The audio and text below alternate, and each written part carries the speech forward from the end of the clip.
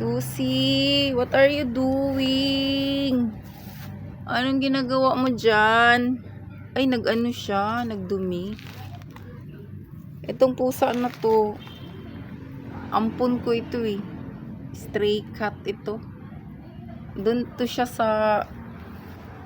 Pumunta kasi ito doon sa likod bahay. Dati nakita ko siya. Ang payat-payat talaga niya. Para siyang kalansay.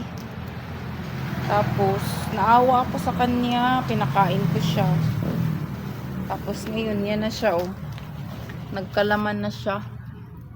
Tumaba na. Nilinisan ko nga yan eh. Mukha niya. Tapos papaliguan ko yan. Ang ano niya ba, yung buntot niya. Ibang klase yung buntot niya oh. Parang pag ganun oh. Para kayang ano kaya yung buntot niya oh. Look at the tail. It's C-shape yung tail niya. Yan na siya. Where are you going?